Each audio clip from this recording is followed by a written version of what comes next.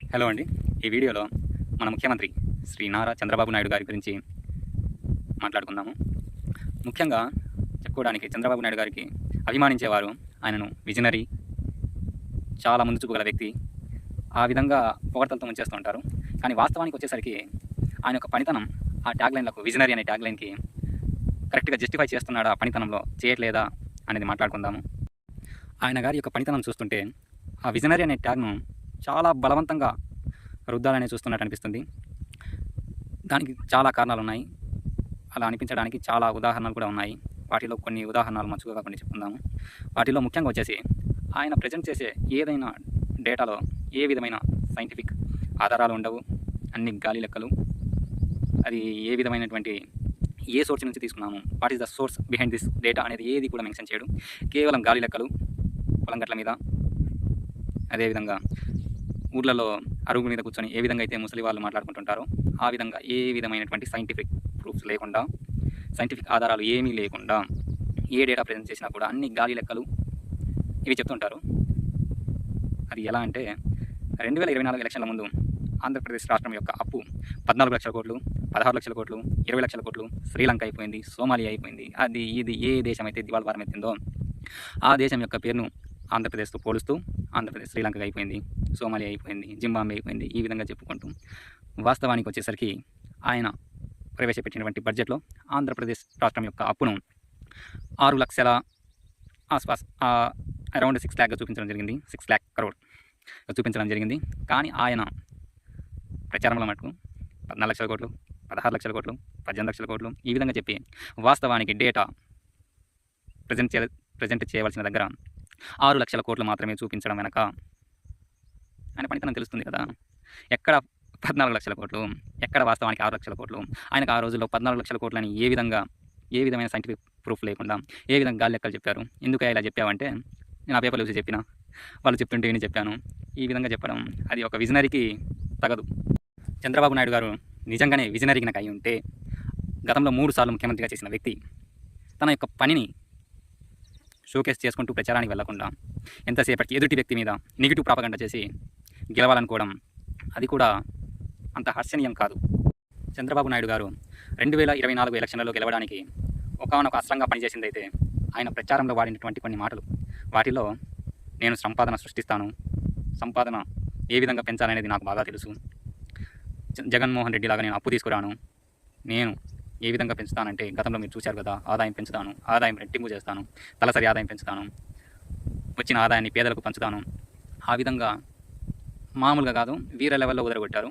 కానీ అధికారం వచ్చిన తర్వాత ప్రజలు ఏమిటిదయ్యా మా హామీలు ఏమిటిది, సూపర్ 6 ఇచ్చారు కదా, అమలు చేస్తారా చేయరా అంటే చంద్రబాబు నాయుడు గారు గల్లా పెట్టి ఖాళీగా ఉంది. సంపాదన ఏ విధంగా పెంచాలో ఏమైనా ఐడియా ఉంటే చెవులో వచ్చి చెప్పండి. ఇటువంటి మాటలు మాట్లాడడం సరికాదు. ఇవి కూడా ఆయన యొక్క విజనరీ ట్యాక్కు చాలా దూరంగా నెట్టివేస్తున్నాయి.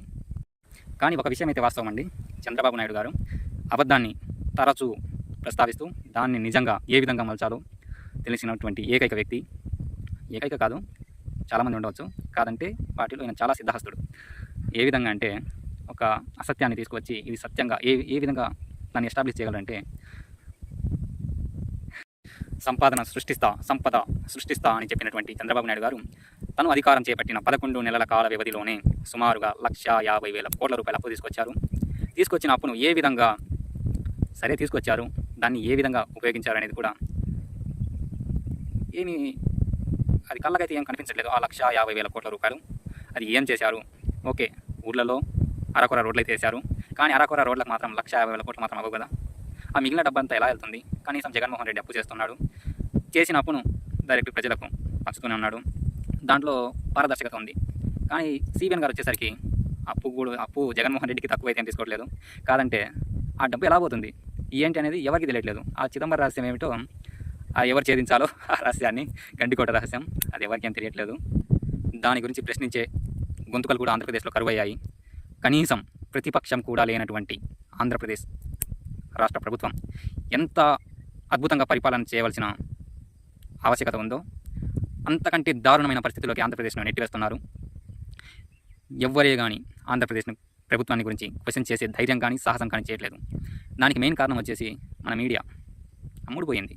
మన రాష్ట్రంలో మీడియా మాత్రం చచ్చిపోయి సమాధి వ్యవస్థలో సమాధి యొక్క జీవితాన్ని గడుపుతుంది.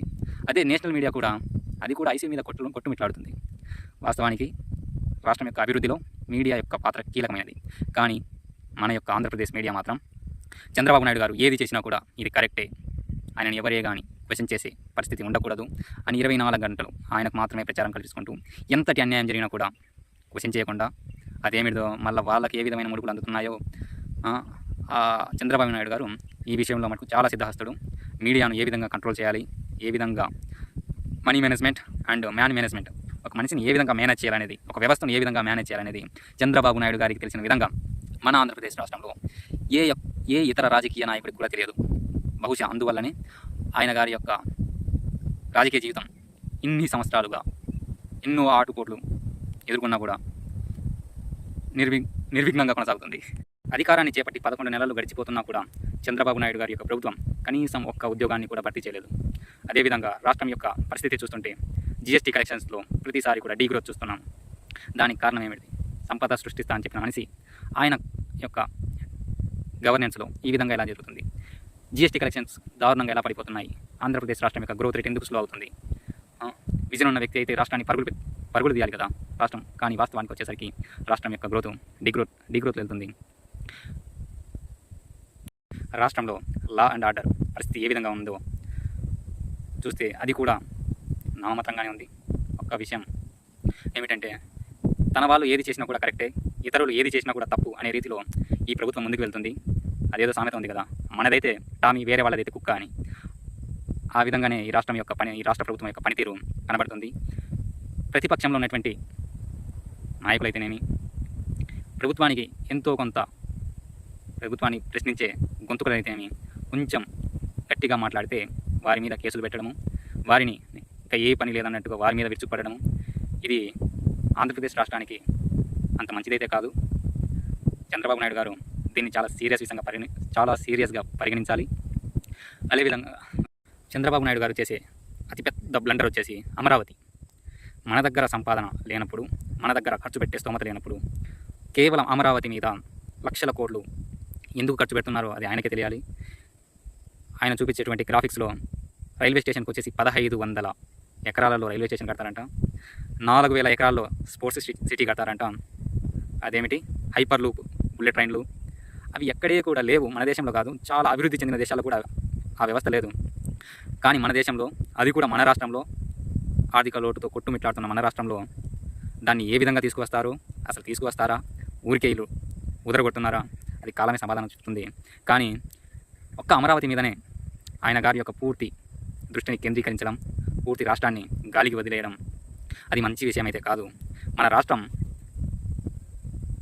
రాజధాని కొరకు అమరావతిలో ముందుగా తీసుకున్న 30,000 ఎకరాలు కాదని ఇప్పుడు ఇంకొక 40,000 ఎకరాలు తీసుకోవాలని, రైతుల నుంచి తీసుకోవాలని ఆంధ్రప్రదేశ్ రాష్ట్ర ప్రభుత్వం నిర్ణయం అయితే తీసుకుందని వార్తలు వస్తున్నాయి. అదే కనుక వాస్తవం అయితే, వాస్తవానికి రాజధాని కట్టడానికి కావాల్సినటువంటి భూమి 10,000 ఎకరాలు, ఒక 15,000 ఎకరాలు అయితే చాలా అద్భుతంగా నిర్మించవచ్చు. కాదంటే ఈయన ముందు తీసుకున్న 30,000, ఇప్పుడు తీసుకున్న 40,000 ఇవన్నీ తీసుకుని దేని కొరకు తీసుకుంటున్నారు అది ఆయనకే తెలియాలి. అది కూడా అమరావతి ప్రాంతం చాలా సారవంతమైన నేలలు. అటువంటి నేలల్లో కాస్ట్ ఆఫ్ ఒక బిల్డింగ్ నిర్మించడానికి అక్కడ చాలా ఖర్చు పెట్టాల్సి వస్తుంది. అదే ఖర్చుతో వేరే చోట దాంట్లో పెట్టే 10 పైసల భాగం అమరావతి కాకుండా వైజాగ్ లాంటి ప్రాంతంలో పెడితే చాలా అభివృద్ధి చేసుకోవచ్చు. అదే కాక వైజాగ్ అనేది వెల్ ఎస్టాబ్లిష్ సిటీ. ఒక విధంగా చెప్పాలనుకుంటే గుజరాత్ ఏ విధంగా అభివృద్ధి చెందిందో అంతకంటే కూడా ఎక్కువ అభివృద్ధి చెందే స్కోప్ ఉన్నటువంటి ఏకైక ప్రాంతం ఏదైనా ఉందంటే మన రాష్ట్రంలో అది వైజాగ్ మాత్రమే. అది చంద్రబాబు నాయుడు గారికి కూడా చాలా బాగా తెలుసు. కాదంటే ఆయన ముందు తీసుకున్న నిర్ణయం అమరావతి కాబట్టి దాని మీద స్టిక్ ఆన్ అయి ఉండాలి అనేటువంటి ఒక ఉద్దేశంతో విశాఖపట్నాన్ని నిర్లక్ష్యం చేస్తున్నారు. అమరావతి మీద ఎక్కువ ప్రేమ కురిపిస్తున్నారు. అమరావతి మీద చూపిస్తున్నటువంటి ప్రేమలో కనీసం ఒక 10% ప్రేమ విశాఖపట్నం మీద చూపిస్తే అమరావతి కంటే కూడా చాలా అద్భుతమైన రాజధానిగా నిర్మించుకోవచ్చు. అది ఆయన కానీ తెలుసు. కాదంటే ఎందుకు చేయట్లేదో ఆయనకే తెలియాలి.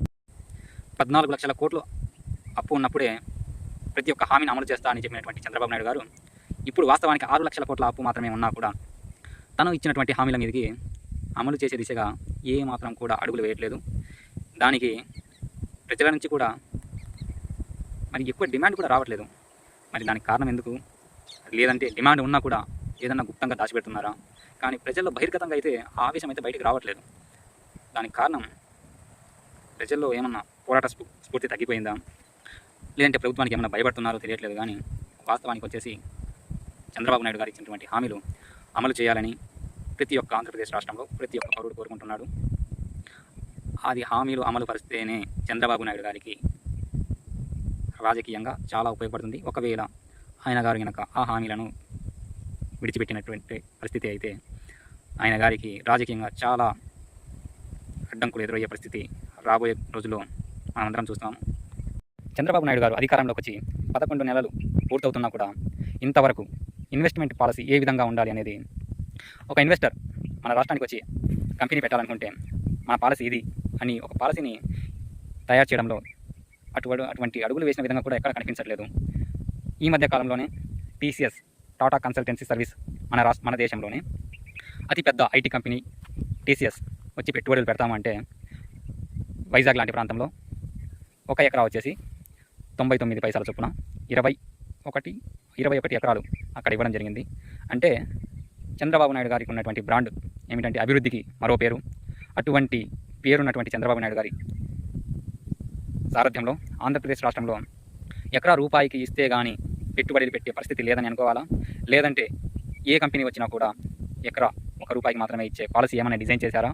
ఒకవేళ డిజైన్ చేస్తే అది ఏ కంపెనీ కూడా ప్రతి కంపెనీకి వర్తిస్తుందా? లేదంటే దానికంటూ ఏదైనా స్పెసిఫిక్ ఏమన్నా క్వాలిఫై ఉండాలా కంపెనీలు? అది బహిర్గతం చేయాలి. అదేవిధంగా ఉర్సా అనే కంపెనీకి ఊరు పేరు లేనటువంటి కంపెనీ, కనీసం ₹1,00,000 కూడా ఇన్వెస్ట్మెంట్ క్యాపిటల్ లేనటువంటి ఉర్సా అనే కంపెనీకి సుమారుగా 3,000 కోట్ల విలువైనటువంటి భూమిని ఎకరా రూపాయి చొప్పున వాళ్ళకి ఇవ్వడం జరిగింది. దాని మీద జాతీయ స్థాయిలో కూడా ఆంధ్రప్రదేశ్ రాష్ట్రం మీద విపరీతమైన నెగిటివ్ ప్రచారం అయితే జరుగుతుంది. ఇక్కడి ప్రభుత్వం చాలా భూ కుంభకోణాలకు పాల్పడుతుందని, వారికి నచ్చినటువంటి భూములు ఎవరిని అయితే ఇవ్వాలనుకుంటే వారికి దారదత్తం చేసిన విధంగా ఇస్తున్నారనేది చాలా ఎక్కువగా ఈ మధ్య కాలంలో ఈ ఆరోపణలు అయితే ఈ ప్రభుత్వం మీద ఎక్కువయ్యాయి. దీనికి చంద్రబాబు నాయుడు గారు బయటికి వచ్చి క్లారిఫై చేయాల్సినటువంటి ఆవశ్యకత ఎంతైనా ఉంది. ఈ విధంగా చేస్తేనే చంద్రబాబు నాయుడు గారు ఆయన విజనరీ అనే ట్యాగ్ ఎంతో కొంత జస్టిఫై చేసినారు ఇందుకు వస్తుంది. లేదంటే ఆ ట్యాగ్ ఈయనకు బలవంతంగా రుద్దాలని చూస్తున్నారే అనుకోవడమే నిజమవుతుంది.